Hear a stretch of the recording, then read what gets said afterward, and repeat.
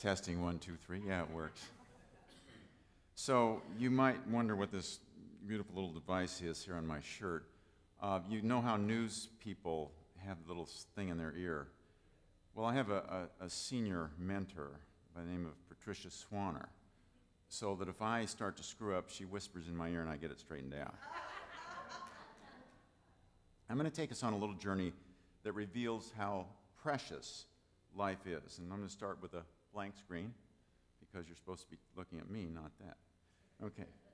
And we have this belief about change that perhaps isn't always aligned with spiritual practice. So I want to tease out, hey, welcome, Marianne. You thought you'd sneak in, didn't you? I want to tease out how we actually respond to change and then get it aligned totally spiritually. So that's the journey we're going on. So with this basic science of mind principle that Patty so eloquently described in her prayer, we believe we're all unique expressions of one spiritual entity. We call that God. You could call it Allah, or you could call it your higher power. You could call it a supreme being. You could call it Dios. You could call it nature, if that makes you feel more comfortable that we're all one of this all-encompassing spiritual entity. And so the way Dr. Stephen Covey put it in his book, 7 Habits of Highly Effective People, he identified some of these. And the ones that I want to talk about, he identified we have self-awareness. So I'm self-aware that a whole bunch of people are wondering, what the hell is he going to say now? So I have that self-awareness, and I better clean up my language, because she just told me to. That was the little thing I got in my ear. And I have this independent will. I have the choice to decide what I'm going to do. And I have imagination. We all have this, imagination, independent will. And we can imagine something that doesn't yet exist. So I could imagine a little gizmo that I'm going to make to do something special. Somebody imagined this gizmo, as a matter of fact.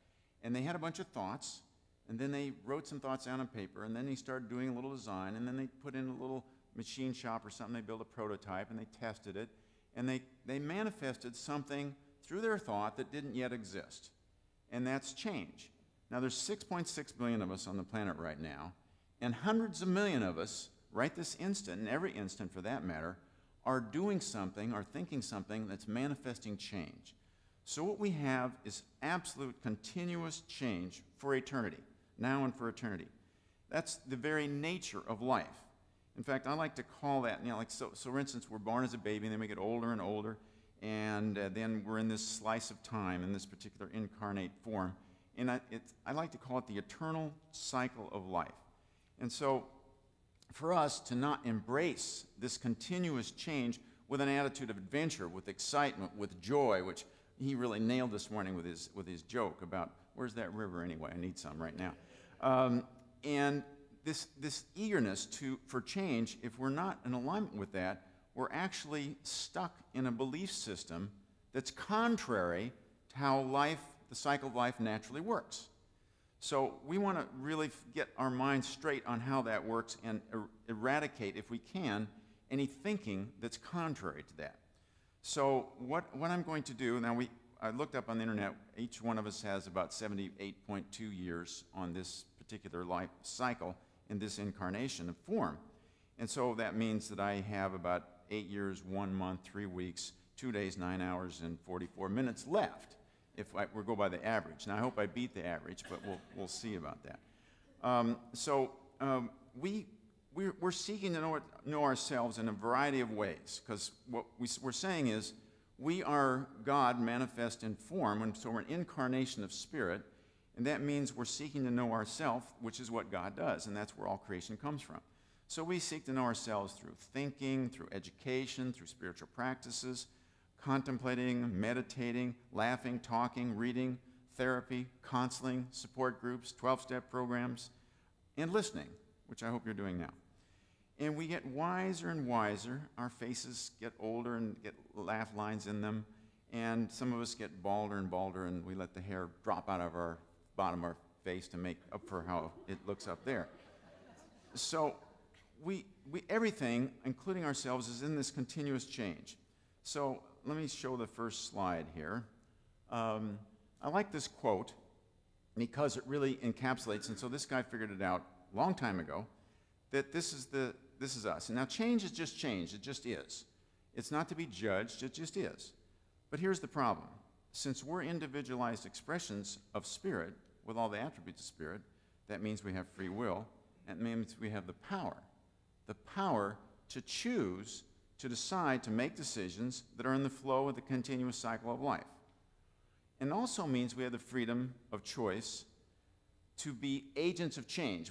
If we're totally connected, we're it. Or we have the freedom to resist change, or worse yet, to try to control change. Like, for example, I could choose to get a facelift, to try to control the natural aging of my face. And I might, if I make that choice, I have the free will to make that choice, I might end up with some sort of a health problem from the operation. Or I might even be uglier than I already am, and it might have failed. And so I call this resistance to change, or trying to control change, our tipping point. And so we see that John Kirkle got this really cool thing. And so we see that continuous change is on the vertical axis here. So change is always changing. Wherever the universe is ever expanding change. And across here we have eternity. It's happening forever. And so as change gets more and go across time, we reach what we call our tipping point. And that's when we're kind of out of sync. And that's when what we want to do is constantly be on the path to enlightenment. Okay, that's what we're always trying to do. When we reach our tipping point, we turn to the dark side, as George Lucas put it. And that is, we choose to be not in alignment with the force. And we want to always be in alignment with the force, the spirit. George Lucas had it right. And so may the force be with you. But it's a choice. You can choose the dark side or you can choose the force. And so what we want to do is always choose the force. And so we have these tipping points. We all have some. And we're going to take a journey this morning to figure out, well, what are those tipping points and that we have, and how can we, like, replace them with always taking the choice to go with the force. And so, this is one of the fundamental principles of science of mind. Finish this sentence for me. Change your thinking. Okay, we're on board here. So, thanks for listening this morning. So, what we're going to do here is we're going to, by the way, there's that little guy that the higher self is our spirit. That spirit incarnate in us. And the other person is the lower self. And this is that free will thing. So they're always in a constant battle. The lower self is trying to pull us to the dark side. And the higher self, of course, is saying, hey, don't do that. And so we've got this thing going on. So we're going to examine how that works.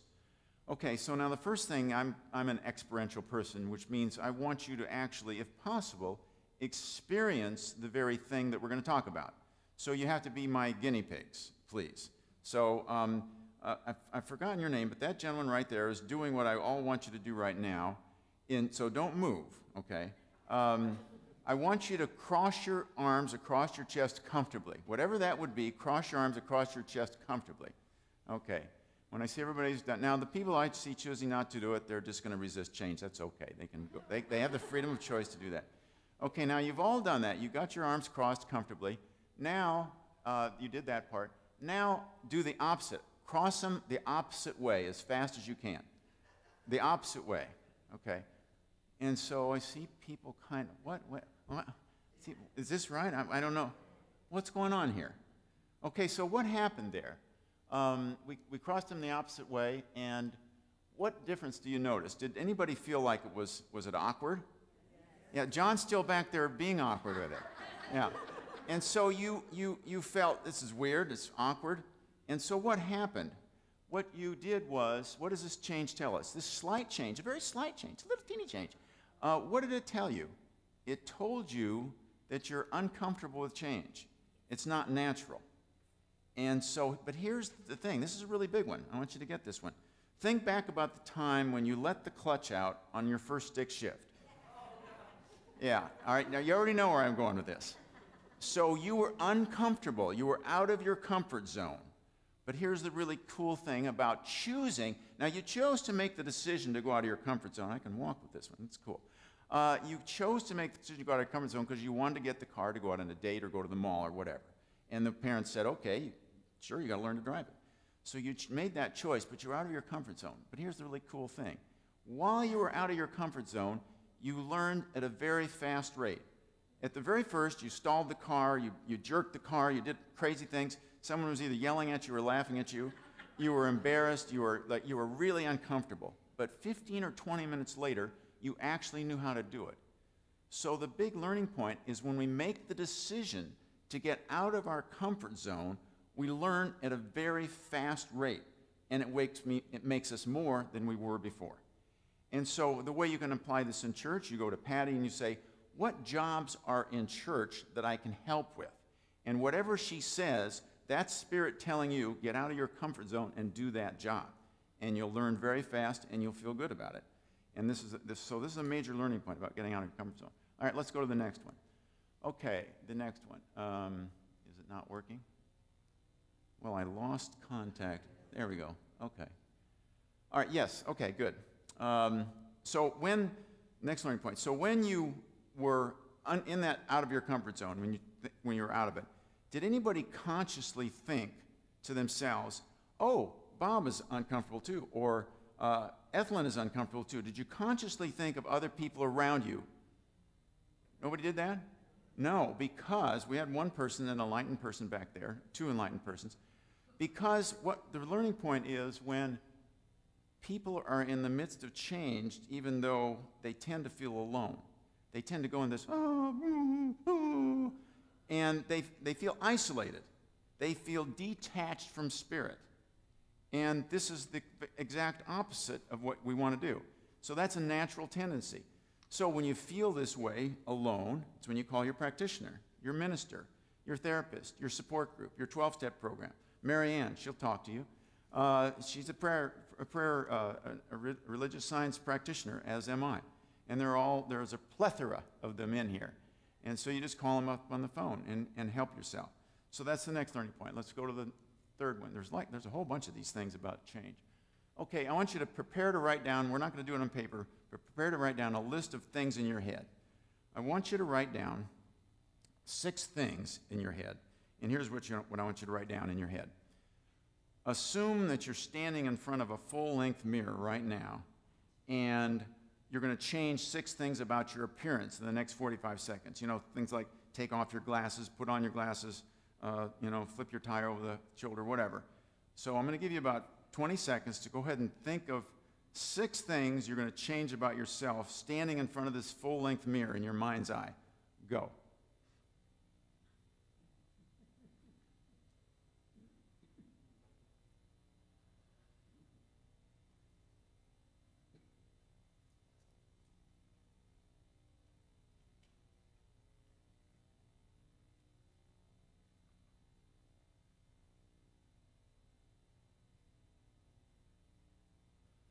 Okay, so I'm going to assume you have this list of 6 things. Now, of those things, count the number in your mind where you moved something around, like, flipped your tie over, or took something off, or undid something. Count those in your mind.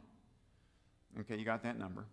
Now count the number of things in your mind that you gained to change your appearance. The first set, let me be clear, the first set you counted was that you took off or moved around on your body to change your appearance. All right, so you got that number. Now count the things that you acquired to change your appearance, the things that you reached in your purse or your pockets and brought out, like this. There, I just changed 6 things about my appearance. Okay, so my number is 6. What's yours?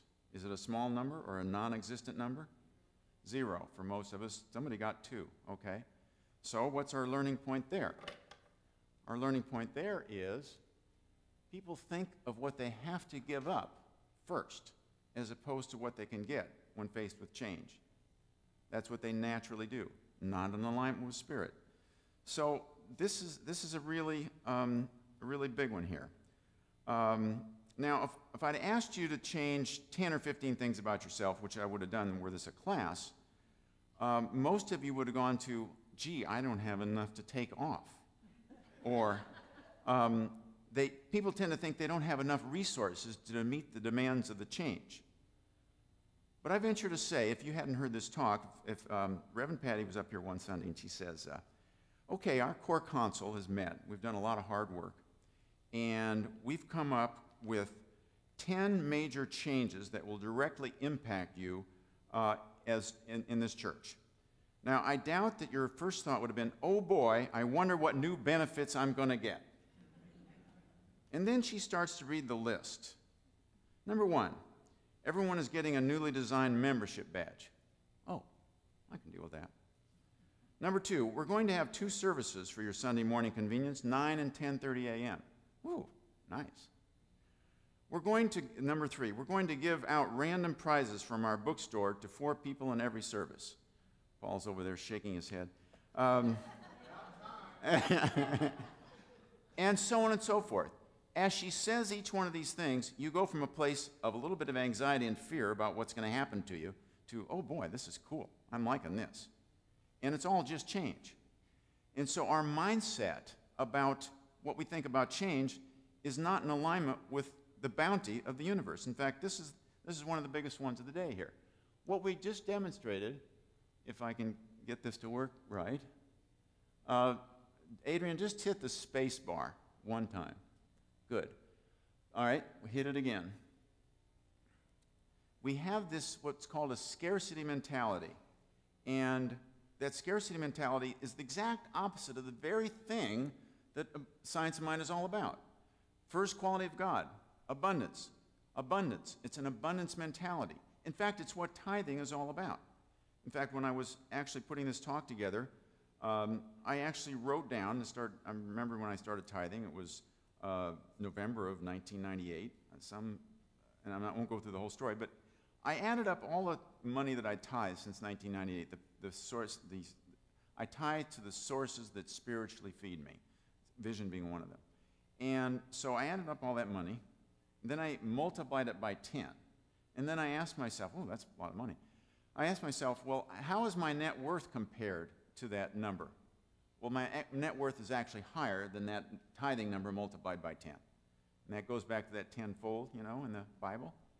So this abundance thing is you let the bounty of the universe constantly flow through you. It's not my decision to decide whether the person that's on that street corner asking for a handout, whether or not he's going to spend it on booze or food or whatever. That's not my decision. That's up to God unfolding through him.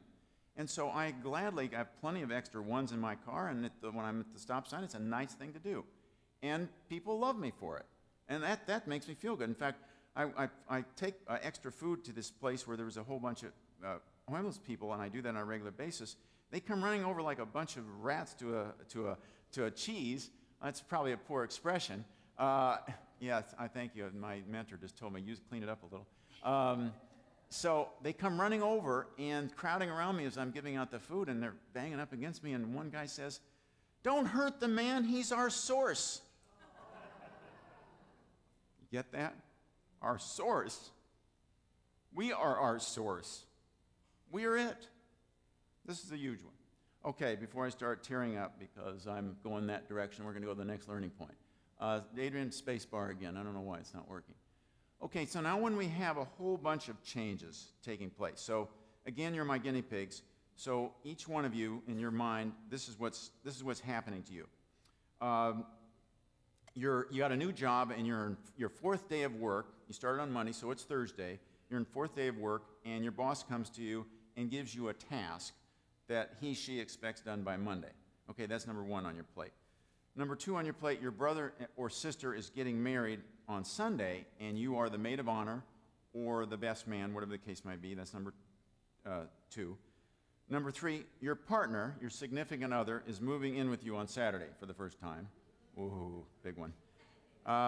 Number 4, your voicemail says that your car repair is more than expected. Ouch. And number 5, you just now received a text giving 30-day notice from your landlord that you're going to be moving out because you're 2 weeks late on the rent. Okay, so that's your thing.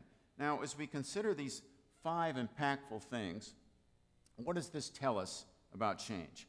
Well, because we don't have the time for me to draw those answers out, I'll just tell you.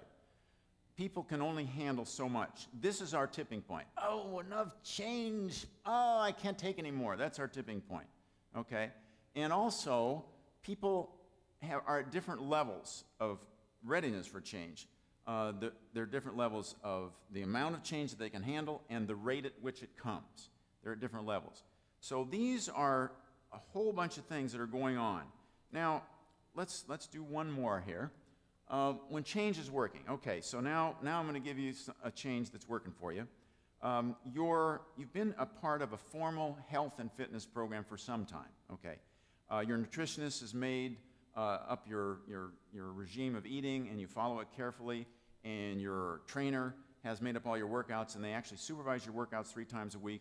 And you've noticed that your body is starting to go to the proper proportions that you desire. And this is really good. Your clothes are fitting differently and better. Your strength has gone up. Your stamina has gone up. You're really feeling good about yourself. You're standing taller. It's exciting. It's a great change. And all of a sudden, you get this tremendous opportunity for a career change, 30% salary increase, and it's doing work you truly love. And it's 300 miles away in another city. But you take it. You move to the next city, get the change. But now, all the friends that you make kind of like change schmange. They're like making jokes about change. You're a food faddist. You're an exercise freak. They're always putting it down. So, and your coat, your nutritionist is gone, another city, so on and so forth. Well, what does this tell us about change? If the pressure or the structure is taken off, even though the change is beneficial and you like it, you tend to revert back to old behaviors. Start to lose what you gained. You start to unravel. Your diet starts to go to hell in a handbasket again. Okay? So, and people also tend to observe the social and normal, the social norms. In other words, people really like to fit in, you know. They really want to connect. So they tend to gravitate to these new friends that are putting things, and their exercise falls off and so on and so forth. So now these are all the kinds of things that we tend to do. There's a whole giant list of them here. That's what we covered already, okay? All these things are what we tend to do. And they're all, why do we tend to do this? It's because we don't remember that we're spirit incarnate. We have forgotten. We don't automatically think, what can I manifest? We don't automatically say, how much more can I be than I already am? Our autopilot seems to be one of unconsciousness versus consciousness. And so that's why we come to vision, to be reminded, to know that we are the thing itself. There is no other thing out there. We are the out there. We're it. We're the ones that are powerful because we are the expressions of spirit that manifest all that is. We're the power. We're the real thing. I mean, take Abraham Lincoln, for instance. He knew his mission, his place in life. One nation, under God, undivided. One nation, governed of the people, by the people, and for the people. And he made it happen. He manifested that to all our benefit. In his absolutely incredible 269-word Gettysburg Address, he didn't say one word about the North or the South. He said, these brave men, we're all in this together. This is us. We got to stick together. We got to be together. We'll pay whatever price we have to. We are it. Mother Teresa, 4'10", 90 pounds. No assets, nothing to work with but just herself, and she changes the world. Talk about walking tall, 4'10", about 7 feet tall. And that's every one of us. We all have that power. We're all that. And anytime we choose otherwise, we're diminishing ourselves. We're losing ourselves. We're disconnecting ourselves. We're going to that place. Well, there's God over there. I know God is unlimited. I've learned that at church. I totally honor that God is unlimited. And I'm over here, and I can do a lot of things too, but there's a gap. That's an illusion. There is no gap. The over there is over here. You need to close that gap. You're it. You're the one. We're all the one. So what I'm going to give you here now to wrap this up is a spiritual tool to use to make sure that you don't forget this message this morning. Now, So I'm going to call it the spiritual evolution of the change mindset. Now, when you first start out, you kind of like tolerate change. And I couldn't find a quote that I liked, so I just made one up. And this is the routine where, you know, you have a pattern in your life, and it keeps repeating itself. It's kind of, you know, we call it in 12-step the definition of insanity. You keep doing the same old thing, and you expect a different result, right? That's insane. Well, the cosmic forces will keep hitting you over the head with this 2x4 until you finally get it. And that's the first level of evolution of the change mindset. The second level is accept change. And I like this quote. Change is happening. We know that it's eternal, continuous change. 24/7, 365 by the entire universe. And so just, you know, hey, this is it. This is the way life works. And then the next level, even higher, is seek change. This woman, Beverly Sills, she was an actress, a soprano singer on stage and Broadway. She was on TVs and movies for about 25 years. And she wore this necklace, a gold necklace, big letters, IDTA. And people would ask her, and she'd always probably say, I did that already. Because she totally sought change. Every morning she woke up, what can I do now to be greater than I am? And I'm going to go for it. And that's us. That's us with that opportunity. And there's an even higher level of this evolutionary cycle. How can we miss with the Dalai Lama? Look what the Dalai Lama said. Now, I admit I took a little poetic license here, and I tucked in that science of mind there. Now, but in my defense, even though he didn't say exactly that, I've never seen the Dalai Lama, I've never read anything he's written, I've never heard him say, and I've never seen him do anything that wasn't in total alignment with science of mind principles. So I think I'm in pretty solid ground. And then finally, we go to our true mentor, Ernest Holmes of our religion, for our final quote, of course. Celebrate change. And he put it so perfectly. We celebrate change. That is who we are. Celebrate it all the time. We're in continuous change. Celebrate every moment. And that's how you live life with a great deal of vigor and zest. And so to go back to the original slide we had, we now know that we're constantly going to celebrate change and enlightenment, and we're going to forget about the dark side. And the best way to cover the dark side, which is with the most powerful aspect of God that we are, which is love, okay? So we completely cover it with love, and here's the tool that Larry gave us 3 or 4 months ago. This is the tool, the mantra to use. How do I cover it with love?